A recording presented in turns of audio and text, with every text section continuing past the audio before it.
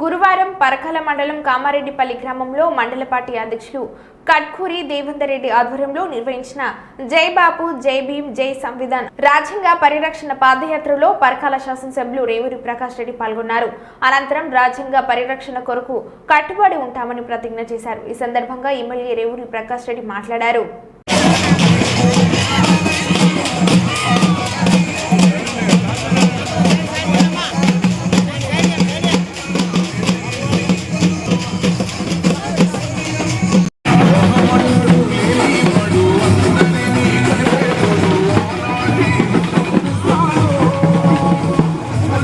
Voters కావచ్చు, BRS voters కావచ్చు, ఏ party voters అయినా కూడా అన్ని మతాలలో ఉన్నారు, అన్ని కులాలలో ఉన్నారు.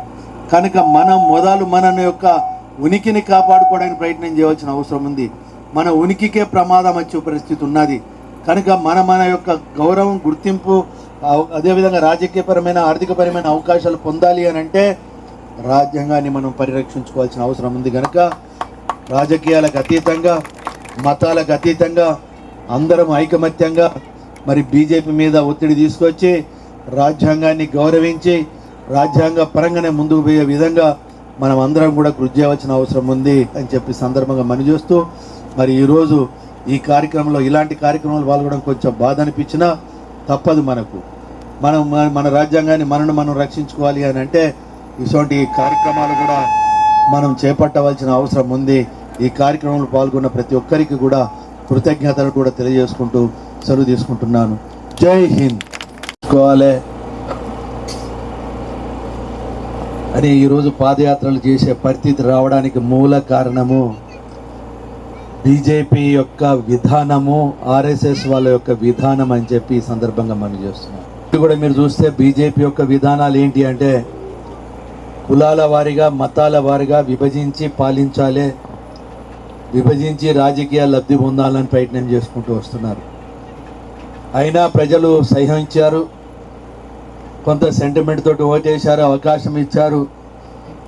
అవకాశం ఇస్తే ఈరోజు అధికారంలోకి వచ్చిన తర్వాత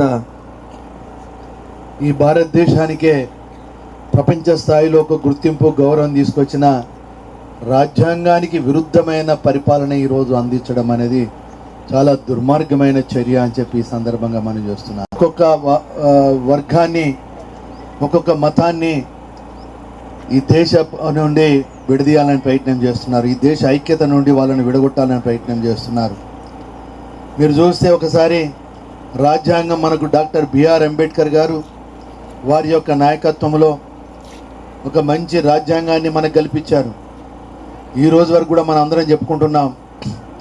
క్రిస్టియన్స్కు బైబిల్ ఎట్లనో అందించి, అదేవిధంగా మన రాష్ట్రానికి సంబంధించిన కరీంనగర్ పార్లమెంట్ సభ్యులు బండి సంజయ్ గారు మాట్లాడుతూ అసలు ముస్లిమ్స్కు మీరు బీసీ రిజర్వేషను, దాంట్లో ఉన్న మైనారిటీస్కు బీసీ రిజర్వేషన్ కల్పించడం ఎక్కడిది, ఇది ముస్లిమ్స్ అసలు ఈ దేశ పౌరులు కాదు అన్నట్టుగా తను మాట్లాడడం జరుగుతుంది. ఒకసారి మీరు చూస్తే రాజ్యాంగం మీదనే వాళ్ళు మాట్లాడుతున్నారు, కానీ వాస్తవంగా రాజ్యాంగం అనే వల్ల దాంట్లో మూల సూత్రాలు ఏంటి అంటే ఈ సమాజంలో అందరూ సమానంగా ఉండాలి, ఆర్థికంగా అభివృద్ధి చెందాలి, అందరికీ విద్య రావాలి, అందరికీ సుఖంగా ఈ రాజ్యాంగం యొక్క పరిరక్షణలో అందరూ సంతోషంగా ఉండాలి అని చెప్పి సామాజిక ఆర్థికపరమైన న్యాయం అనే ఒక మూల సూత్రాల మీద రాజ్యాంగం ఏర్పడ్డది.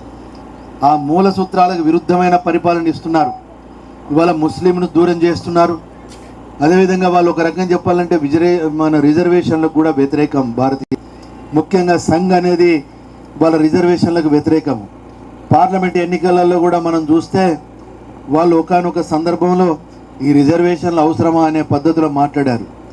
అంటే ఇవాళ ముస్లిమ్స్ను దూరం చేస్తున్నారు, తర్వాత క్రిస్టియన్స్ను దూరం చేస్తారు, వాళ్ళకి రిజర్వేషన్ ఎందుకంటారు, తర్వాత ఎస్సీలను, దళితులకు రిజర్వేషన్ ఎందుకంటారు, తర్వాత బీసీలకు రిజర్వేషన్ ఎందుకంటారు. అందులోంచి మీరే రాహుల్ గాంధీ గారు మరి మన కాంగ్రెస్ పార్టీ మేనిఫెస్టోలో చాలా స్పష్టంగా కుల గణన జరగాలి, దామాషా పద్ధతిలో వాళ్ళు రాజకీయంగా, సామాజికంగా, ఆర్థికంగా వాళ్ళ దామాషా పద్ధతిలో వాళ్ళకి హక్కులు కల్పించాలని మనం పోతే వాళ్ళేమో కుల గణనకు విరుద్ధంగా ముందు పోవడం జరుగుతుంది. వస్తే అంబానీ, ఆదానీ లాంటి వాళ్ళనే వాళ్ళు గౌరవిస్తున్నారు. వాళ్ళకి అన్ని విధాలా సహకరిస్తున్నారు. కానీ బడుగు బలహీన వర్గాలకు సంబంధించి ఒక రకంగా చాలా నిర్లక్ష్యానికి గురి చేస్తున్నారనే విషయాన్ని